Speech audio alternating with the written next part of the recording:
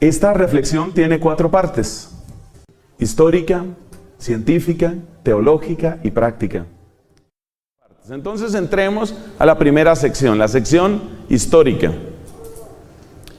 Por supuesto hay que empezar por el nombre, muchos de ustedes ya lo saben. Halloween es una deformación de una expresión en inglés que es All Hallows Eve. Entonces, All Hallows Eve significa la víspera de todos los santos, porque efectivamente para nosotros el 31 de octubre, como católicos, realmente lo que es la víspera de un día muy bello, el Día de Todos los Santos. Pero las celebraciones, ¿de dónde vienen las celebraciones? Las celebraciones tienen un origen propiamente en el paganismo. A ver, ubiquémonos en el hemisferio norte, y esto está bastante al norte, toda esta zona de Irlanda, de Reino Unido, etc. Ubiquémonos en esa zona y pensemos en lo que es el ritmo de las cosechas. Entonces, en los orígenes remotos de esta festividad, por eso estamos hablando de sección histórica, el origen está en las celebraciones propias de la cosecha, la gran cosecha o mediana cosecha que hubo ese año. Estamos hablando de siglos y siglos atrás, miles de años atrás. Y si uno retrocede en ese tiempo, uno se da cuenta que lo que se alcanzó a recoger de eso hay que vivir, porque no hay importaciones. Pero entonces vienen las festividades propias de eso que la tierra ha dado. Y por supuesto, en ese tipo de sociedad, estamos hablando de la sociedad celta de hace muchos siglos. En ese tipo de sociedad, lo que la tierra te ha dado, que es con lo que también viven tus ganados, eso que la tierra te ha dado es todo. Entonces, el carácter festivo es más o menos como lo que uno podría tener, haz de cuenta, para una fiesta de fin de año. Y usted sabe lo que sucede cuando hay mucha fiesta, usted sabe las costumbres de consumo de alcohol que son típicas de esa región. Entonces muy pronto se convierte en una fiesta que tiene mucho ruido, que tiene mucha danza, mucha comida, mucha bebida, mucha borrachera. Es decir, es una fiesta que tiene las características como de un pequeño carnaval. Es la fiesta de otoño, es la gran fiesta de otoño, la fiesta del 31 de octubre. Esa es la prehistoria de lo que nosotros llamamos Halloween. Pero estas personas, ¿qué religiosidad tenían? Ellos tenían una religiosidad en continuo contacto con el cosmos y con la naturaleza. La obsesión de ellos es dominar las fuerzas de la naturaleza. Y ellos consideran que hay espíritus que habitan en los bosques, hay espíritus que habitan en los campos. Y esos espíritus, si uno se hace amigo de ellos, uno va a tener una buena cosecha. Y entonces para ellos, en su mentalidad pagana, la existencia de esos espíritus del bosque y del campo era algo que daban por descontado. ¿Y qué es lo que uno tiene que hacer entonces? Uno tiene que ¿volverse qué? Amigo de esos espíritus. Entonces, como esos son los espíritus que hacen posible la cosecha, entonces la celebración de la cosecha se convierte también en una celebración en la que se invocan esos espíritus. Ahí entra ese lado que podríamos llamar ese lado incluso espiritual, pero ya vemos qué tipo de espiritualidad es. ¿Quiénes eran los sacerdotes? Había una casta que ustedes tal vez han oído mencionar, la casta de los druidas. Las cosas fueron tomando a veces un curso, una dirección bastante espantosa. Resulta que en tierras de Irlanda se han encontrado cadáveres muy bien preservados. Lo más interesante, interesante desde el punto de vista de la investigación, pero es absolutamente espantoso lo que voy a decir, es que estos cadáveres muestran que fueron sacrificados.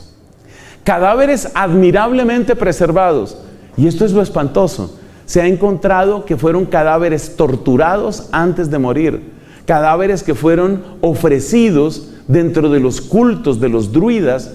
¿A quiénes? Pues ofrecidos a esos espíritus de los campos, a esos espíritus de los bosques. Inmediatamente viene a la memoria de uno lo que nos dice el apóstol San Pablo cuando habla de idolatría.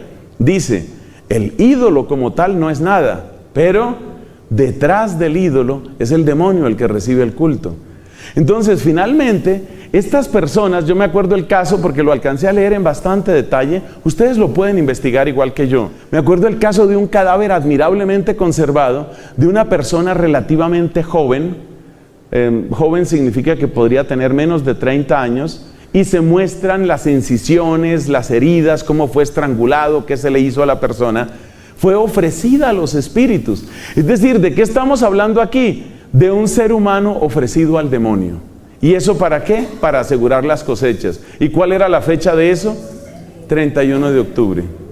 Esa es la realidad. Es decir, yo no me estoy inventando nada.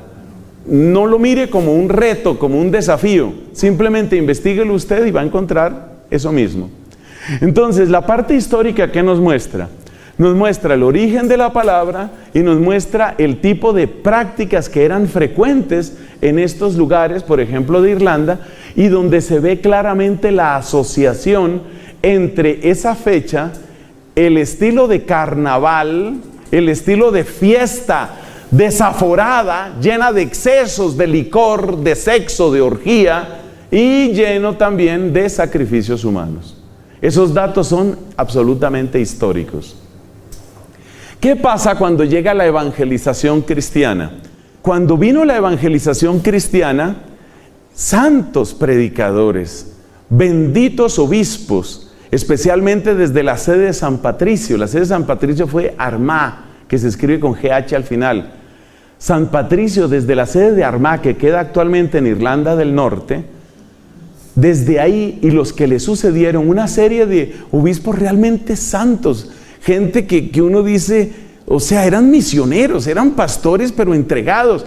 Ellos se dieron cuenta de estas barbaridades, se dieron cuenta que sí se mataba gente, que se estaban asesinando seres humanos para ofrecerlos a los demonios. Y por supuesto eso no se puede tolerar. Entonces ellos hicieron lo que en otras partes del mundo se ha hecho también, y es tomar el hecho de que ya la gente de todos modos se iba a reunir. Llegó el final de la cosecha, la gente se reúne. Entonces, tomar ese hecho de que la gente se reúne y darle un significado nuevo. Eso explica, y con esto terminamos la sección histórica, eso explica por qué surge el nombre All Hallows Eve. La iglesia quiso, de esa manera, tomar el hecho de que la gente acostumbraba a reunirse, pero para darle un sentido distinto. No que fuera el All Demons Eve, para que no fuera una víspera de demonios, para que no fuera un evening, una tarde de demonios, sino para que fuera una víspera de santidad. Ese fue el sentido que le dio la iglesia y por eso tiene ese nombre. Entonces ahí termina la sección histórica, ya nos damos cuenta cuál es el origen de esto, el mundo celta, el mundo druida, los sacrificios humanos. Pasemos a la parte científica. En la parte científica yo quiero referirme a varias cosas. Quiero referirme a tres temas específicamente. Quiero referirme al tema de los colores. Quiero referirme al tema de los bosques. Y quiero referirme al tema del miedo, al tema del terror. Esos tres temas son importantes porque sobre esos temas se han hecho distintas investigaciones. Empecemos con algo que, según me comentaba aquí mi amigo, le impactó mucho desde que lo oyó la primera vez, la parte de los colores. Bueno, ustedes saben que desde antiguo hay dos colores que están asociados con la victoria de Dios.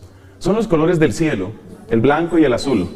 El blanco, la gloria de la Pascua; el azul de cielo, el azul de la Virgen; el azul de la serenidad y del mar, ella es la estrella del mar. Mira nada más, esto no fue planeado, pero mira, aquí tenemos la estatua de la Virgen, blanco y azul.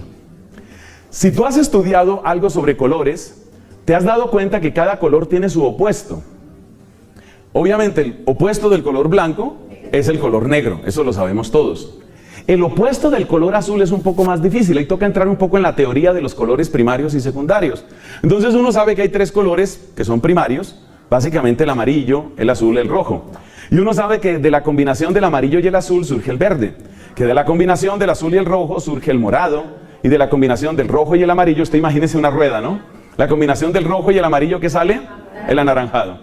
Entonces, sitúe usted en una rueda lo que yo le he dicho. Imagínese aquí la rueda, ¿no?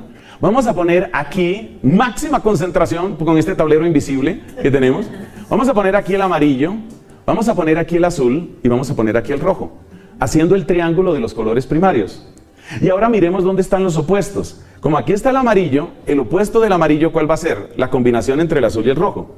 Entonces esa es la combinación que es el violeta. Hagamos el otro ejercicio. ¿Cuál es el opuesto del azul? El opuesto del azul es la combinación del rojo y el amarillo. Y este es el naranja. ¿Y cuáles son los dos colores que siempre se repiten en las celebraciones de Halloween? El negro y el naranja. Entonces, ¿de qué se trata? ¿Cuál es el mensaje, llamémoslo así, subliminal que contiene Halloween? Es trabajar por lo opuesto al blanco y el azul. Cada vez que usted vea decoración negra y naranja, acuérdese de esta imagen de la Santísima Virgen María. Acuérdese. Y dése cuenta que esos colores están haciéndole la guerra a estos colores. De eso es de lo que se trata. Eso es lo que se llama un dato científico. De modo que el color sí que tiene un significado. No vamos aquí a entrar tampoco en una cosa, digamos, parapsicológica. Hay gente que le da demasiada importancia a eso. Los del Feng Shui, por ejemplo, le dan demasiada importancia que a los muebles, la orientación de los muebles, los colores, los aromas.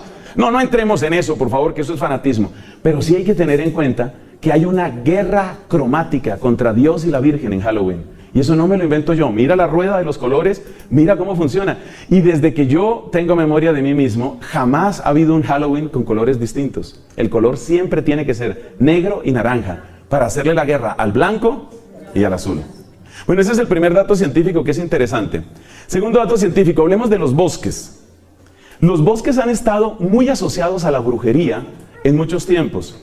Pero las reuniones de personas que invocaban al demonio, los llamados aquelarres, esos aquelarres siempre empezaron en algunos claros del bosque. Y por eso algunas personas se preguntan, bueno, ¿qué es lo que sucede con los bosques? Es decir, ¿qué es lo que tiene un bosque de particular? Obviamente, toda la creación es de Dios. Solo Dios es creador, solo Dios es el que ha creado todo. Entonces, y nos dice la Biblia, vio Dios todo lo que había hecho y todo era bueno. Y por supuesto que los bosques salidos de las manos de Dios son buenos. Pero ¿qué es? ¿Cuál es el elemento científico, psicológico que está en los bosques para producir ese tipo de cosas? La respuesta no es tan compleja. Lo que sucede es que si usted se sitúa, hágalo mentalmente en este momento, si usted se sitúa en un bosque, usted empieza a tener una percepción. Y esa percepción es que hacia donde usted mire, en cualquier dirección, todo es igual. ¿Qué pasa cuando usted mira que todo es igual? Que usted pierde la sensación de orientación. Usted pierde la capacidad de orientación. Bueno, si hay buena luz del sol, y usted sabe más o menos en qué hora del día está, pues usted por la sombra puede hacer algo. Pero si es bosque y es de noche, su sensación de orientación se pierde completamente. Y esa sensación de pérdida de orientación produce una especie de suspensión de juicio. Cuando usted se siente incapaz de sacar conclusiones, usted se vuelve particularmente frágil a las señales. ¿Por qué? Porque su cerebro, esto es absolutamente científico, de nuevo investíguelo, búsquelo. Cuando una persona está en situación de peligro, de desorientación, agudiza los sentidos. Entonces, cualquier cosa que a usted le suene en el bosque, ¿qué fue eso?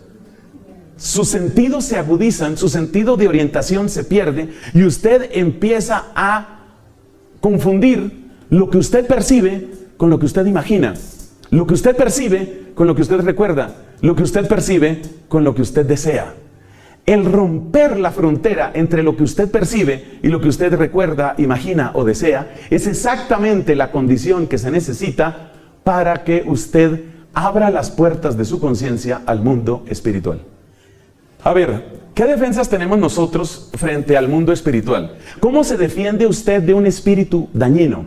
Usted se defiende de la misma manera que usted se defiende de un extraño que le amenaza. ¿Usted cómo se defiende de una persona extraña que le amenaza? Pues usted primero intenta evaluar el peligro y luego intenta ver cuál es la mejor estrategia. Es decir, ¿ataco o huyo? ¿Eso cómo lo hace usted? Con su racionalidad. Pero si yo lo pongo a usted en una condición en que su razón no trabaja bien, porque su percepción está acelerada al máximo y usted está desorientado, Entonces su capacidad de respuesta racional es mínima. ¿Qué quiere decir eso? Que usted acaba de abrir una puerta para ser influenciable por ese mundo espiritual. ¿Cuál es la segunda línea de defensa? Mucho más fuerte y mucho más importante. ¿Cuál es la segunda línea de defensa que uno utiliza? Si uno es creyente, la segunda línea de defensa es la oración. Entonces, aprender esto, por favor. Uno tiene dos líneas de defensa frente a la maldad. La primera línea de defensa es la racionalidad. Usted analiza el problema. Usted mira, esto me conviene, no me conviene. Pero, ¿cuál es la segunda línea de defensa? La fe. La fe, pues, expresada en la oración, expresada en nuestra confianza en Dios. Entonces, la pregunta es esta. Si usted no conoce esa fe, porque esa es la situación del mundo pagano, si usted no conoce esa fe, no la tiene, y usted pone a su racionalidad en una situación donde queda suspendida y desorientada, las dos defensas que usted tenía caen. Y si caen las dos defensas que usted tenía, ¿qué le va a pasar? Que usted ha abierto las puertas. Eso es lo que se llama abrir puertas. Usted ha abierto las puertas a ese tipo de cosas. Bueno, la comparación con abrir la puerta es interesante porque tiene que ver con lo que decíamos al principio de esta charla. ¿Usted abriría su puerta y se iría de paseo? No, usted no lo hace. Puede que no suceda nada. Puede que no suceda, efectivamente. Entonces hay personas que han practicado la ouija, que es otra manera de abrir puertas. Es abrir puertas y abrirlas muy claramente al demonio. Usted practica la ouija y no, a mí no me pasó nada, era un juego para mí, ahí no pasa nada. No digas eso. Mira lo que te están haciendo y mira cómo en la medida en que nos confundimos más en la fe y empezamos a desarticular y a desarmar nuestra capacidad racional, estamos abriendo puertas. Estamos abriendo puertas y ustedes saben que en esto los demonios van siempre en serio. Último dato científico. Hablemos un poco sobre el daño que el terror produce en hombres y en mujeres. Bueno, todos somos susceptibles a que nos haga daño el tema del terror. Cuando hablo de terror no solo me refiero a máscaras o disfraces típicos de esta tristeza que se llama Halloween, sino me refiero también a las películas de terror. Me refiero también a la cultura del terror. Hay personas que cultivan eso, a los relatos de terror.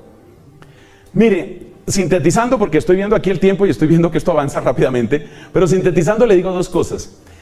Particularmente en los hombres, en los varones, el terror produce una de dos cosas. Produce o una agresividad o produce una tendencia a la superstición y a la magia. Bueno, si usted es una persona relativamente mayor, pues usted seguramente no va a caer en eso. Pero ¿quiénes son los varoncitos que se someten a estas presiones en Halloween? ¿Quiénes son? Ojalá fueran los jóvenes, los niños. Entonces la capacidad, los recursos emocionales e intelectuales internos de los niños son mínimos. Eso indica que la capacidad de influencia de este tipo de cosas en un niño es mucho mayor. Ay, padre, tan exagerado usted. Mire, si yo hice eso y yo estaba allá, yo he pasado por todo eso y yo no me volví ni brujo, ni druida, ni maté a nadie. Pero yo vuelvo a mi pregunta, ¿y por qué tiene uno que abrir puertas? ¿Por qué tienes que someter a tus hijos a la lotería de a ver si le gusta algún demonio? ¿Tú someterías a un hijo o a una hija a la lotería a ver si le gusta algún violador? A ver si le gusta algún criminal, a ver si le gusta algún atracador. Tú jamás harías eso. Entonces, ¿por qué los vas a someter a ese tipo de cosas? En las mujeres, ¿qué produce el terror? Y esto es terrible porque es muy poco conocido. En las mujeres deforma el sentido de la sexualidad y de la afectividad. Una mujer en condiciones normales, lo que es la estadística de la inmensa mayoría de las mujeres, desea gustar, desea ser amada. Y particularmente desea gustarle a alguien que quiere que sea su pareja, que quiere que sea su esposo. Esa es la situación de la inmensa mayoría de mujeres. No entremos aquí en discusiones de casos marginales. No es el escenario para hacerlo. Ese sería otro tema. Entonces la inmensa mayoría de las mujeres tienen ese deseo. ¿El deseo de qué? De gustar, de agradar, de ser amadas, de ser admiradas, todo esto. Resulta que cuando una mujer es admirada, cuando una mujer gusta, es buscada. ¿Qué pasa cuando una mujer, por ejemplo, tiene un sueño en el que es perseguida por alguien? Ese sueño tiene una característica de miedo, porque quizás esa persona me va a hacer daño. Pero ese sueño tiene también una característica de tipo afectivo y en algunas ocasiones, esto hay que oírlo con prudencia, en algunas ocasiones incluso erótico. Porque para ella está muy asociado a su afectividad y a su sexualidad que me busquen. Entonces, ¿qué es lo que produce el terror? En una niña, sobre todo en una niña, ¿qué es lo que produce? Produce una deformación y un daño de eso, exactamente de eso. Porque el terror es algo así como te estoy persiguiendo. Entonces, las niñas, las jovencitas que se someten a grandes dosis de terror, empiezan a tener desfiguraciones en su sentido de la afectividad y de la sexualidad. Y esto sería muy largo estudiarlo aquí y no son iguales todas las mujeres, esto también hay que destacarlo. Pero créanme que en algunos casos los efectos del terror en las mujeres son parecidos a los efectos de la pornografía en los varones. ¿Qué hemos hablado? Los colores. Hemos hablado de la desorientación racional típica de los bosques y cómo eso se produce en otros lugares de nuestra sociedad. Y hemos hablado del miedo y el efecto en los varones, y se me iba olvidando, en el efecto en las mujeres. Pasemos a la parte teológica. Vamos a ser un poco breves en esto, dadas las condiciones de tiempo. ¿Qué es lo que está de fondo aquí? Lo que está de fondo aquí es el paganismo. El paganismo. Y la victoria de Cristo sobre el paganismo. Eso es lo que está de fondo aquí. ¿Y el paganismo qué es? Le voy a dar una definición que le va a servir.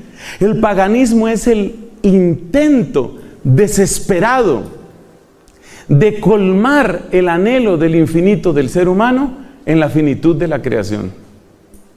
Partamos de la parte central de esto, la sed de infinito que hay en el ser humano. Por estos días me tiene meditando mucho una frase de un gran filósofo y matemático francés, un hombre muy piadoso llamado Blaise Pascal. Efectivamente, el del triángulo de Pascal, el mismo. Bueno, entonces, Blaise Pascal. Este Pascal tiene esta frase que yo quisiera que usted la atesorara como yo lo hago.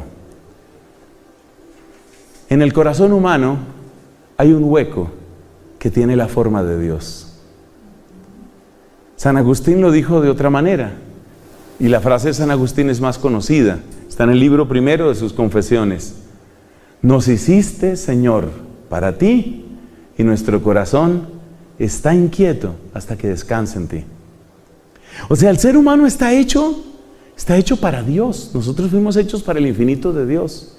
Pero cuando uno no conoce a Dios, cuando uno ha sido engañado sobre el Dios verdadero, cuando uno está confundido con una multitud de dioses, cuando uno se volvió escéptico por un trauma bárbaro en la vida, cuando uno llegó al ateísmo porque le convenía o porque no le convenía que existiera Dios, de lo cual habla también San Agustín, cuando uno está en una de esas condiciones, entonces el infinito mío, el infinito de mi vacío, no logra encontrarse con el infinito de Dios. Entonces yo busco ese infinito. ¿En dónde lo busco? En el mundo. Entonces lo busco en la creación, incluyendo seres espirituales. Incluyendo seres espirituales. Entonces alguien buscará ese infinito en los excesos del vicio, otro buscará ese infinito en la absoluta racionalidad, es el caso del filósofo ateo. Otro buscará ese infinito en la comunión con distintos espíritus, como buscaban los druidas. ¿Qué es el paganismo entonces? Es el intento, yo lo llamo intento desesperado. ¿Por qué es desesperado? Porque finalmente termina llevando ¿a qué? Termina llevando a la muerte de seres humanos. Otra frase que le quiero dar: la gran diferencia entre los dioses falsos, que son los del paganismo, y el Dios verdadero, es que los dioses falsos se alimentan de ti, el Dios verdadero te alimenta.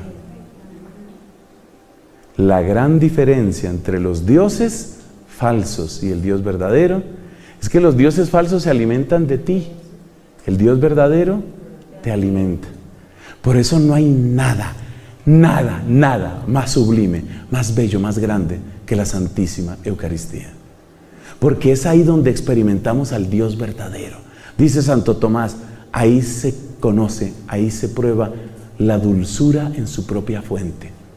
La divina Eucaristía, la Santísima Eucaristía. Entonces, ¿el paganismo qué es?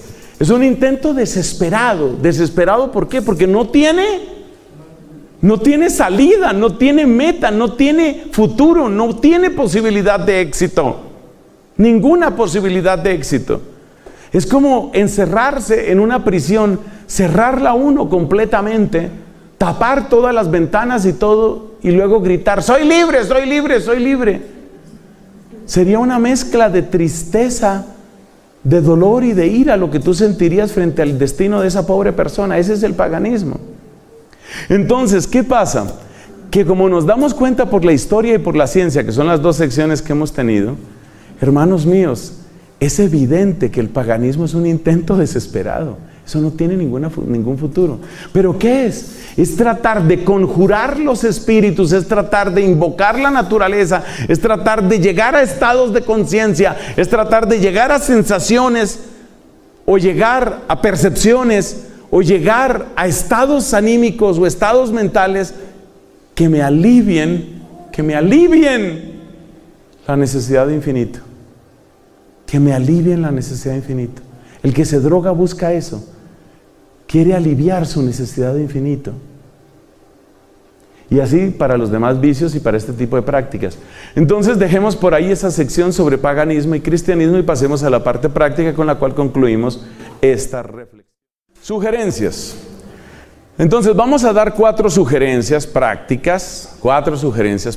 La primera, entonces mire, le voy a hacer una comparación con la realidad de la pareja y la frasecita esa de ¿qué hay de malo? ¿Qué hay de malo? Imaginémonos una mujer casada que le dijera al esposo: ¿tú te pones bravo conmigo si yo llamo al vecino? Pues no, si tienes que llamar por algo, pues lo llamas, no pasa nada. Ah, bueno. ¿Te pones bravo si yo lo llamo por la mañana y por la tarde? Pues no sé por qué tendrías que llamarlo por la mañana y por la tarde, pues tus razones tendrás. ¿Te parece bien si lo llamo antes de dormirme? ¿Por qué tienes que llamarlo tanto? Mi amor, es que yo quisiera saber cuántas veces puedo llamarlo sin que te pongas bravo. Usted de inmediato deduce que esa pobre mujer está en una situación terrible de desorientación afectiva o de lo que sea, porque ella está viendo hasta dónde puedo estirar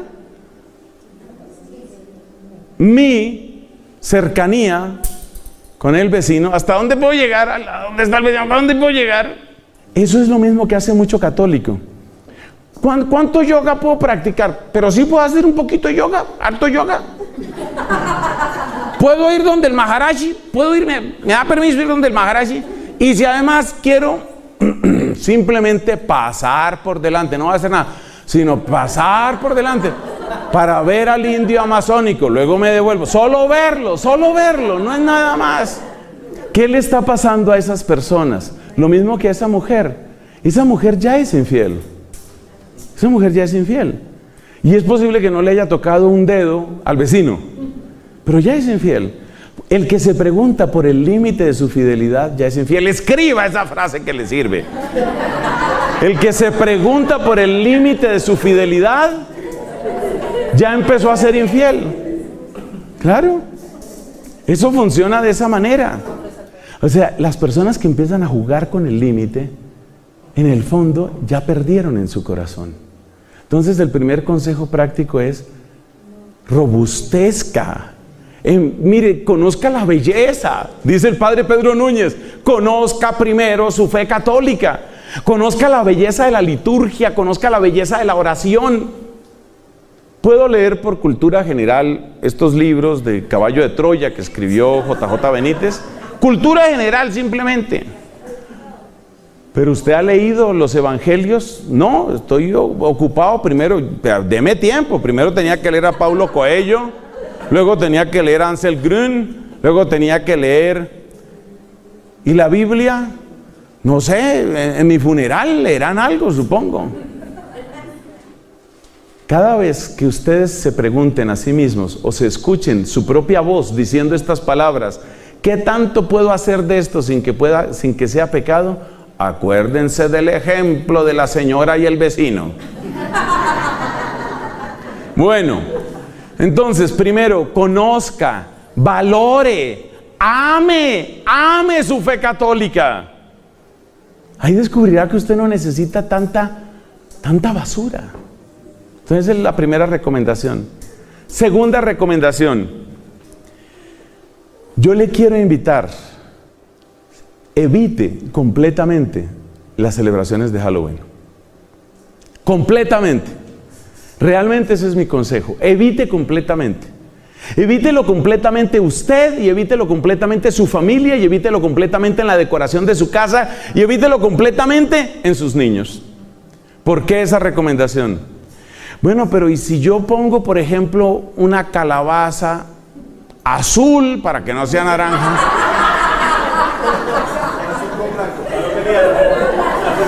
Si pongo una calabaza azul con blanco, le voy a decir por qué no es buena idea abrirle ningún espacio a Halloween, ninguno. Le voy a decir por qué es la mejor idea, pero luego vamos a dar otros consejos. Porque mire, cuando usted abre una puerta, usted no sabe después qué tanto se abre esa puerta.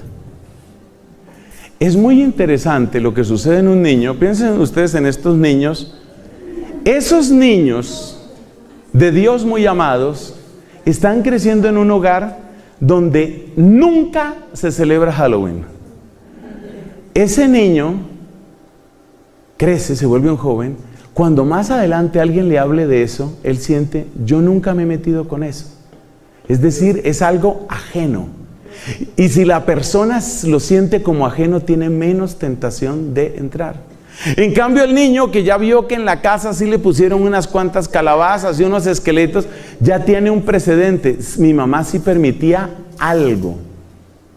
Y de algo a algo más. Y de algo más a mucho más. Y de mucho más a muchísimo más. Todos son puertas. Ustedes conocen el famoso dicho de qué tiene que hacer el vendedor cuando le van a cerrar la puerta, ¿no? Poner el pie, porque si queda una rendija, queda una esperanza. Queda una esperanza. Entonces, no, pero no cierre la puerta, mi señora, no cierre. Mire, le tengo una oferta mejor. Solamente por hoy le tengo esta oferta. No cierre usted su puerta.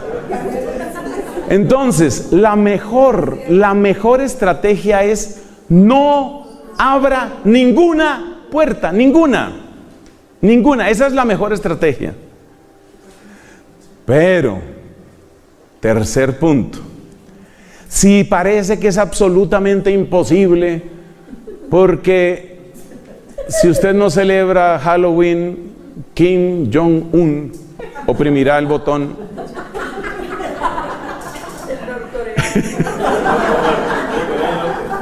Si usted siente que realmente no hay otra manera, porque eso va a ser un conflicto de familia, va a ser una cosa terrible, va a ser algo espantoso, entonces viene el tercer consejo.